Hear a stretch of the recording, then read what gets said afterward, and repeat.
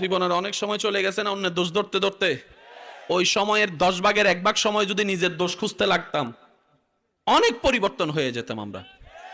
আমরা সব সময় জিততে চাই কিরকম জানেন? একজনে 2টা কথা শুনাইছে, যতক্ষণ আমি তাকে 4টা কথা শোনাতে না পারবো আমার এখানে শান্তি লাগে না। আমি কি তার থেকে কোনো অংশে কম আসিনি? বেটা, আমার পরিচয় কম আসিনি? ল 4টা কথা ল। সে তখন 6টা দেয়, আমরা তখন 12টা দিই, তখন থেকে আমরা 14টা দিই, তখন সে 18টা দেয়। চলতেই থাকে, সম্পর্কের দূরত্ব হতেই থাকে। আমরা আসলে বুঝতে পারি নাই কথার পরিবর্তে কথা শুনিয়ে জিতার চাইতে আরেকটা জিতা আছে, সেটা হচ্ছে ধৈর্য ধরে চুপ হয়ে থাকা। ধৈর্য ধরে চুপ হয়ে থাকা, সুবহানাল্লাহ বলেন না? ধৈর্য ধরে চুপ হয়ে থাকা। কেন জানেন?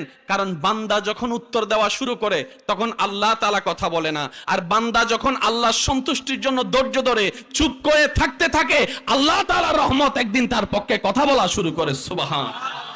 আর যেদিন রবের রহমত কথা বলা শুরু করে সেদিন তাকে আর হারায় কে? সুবহানাল্লাহ জোরে বলবেন।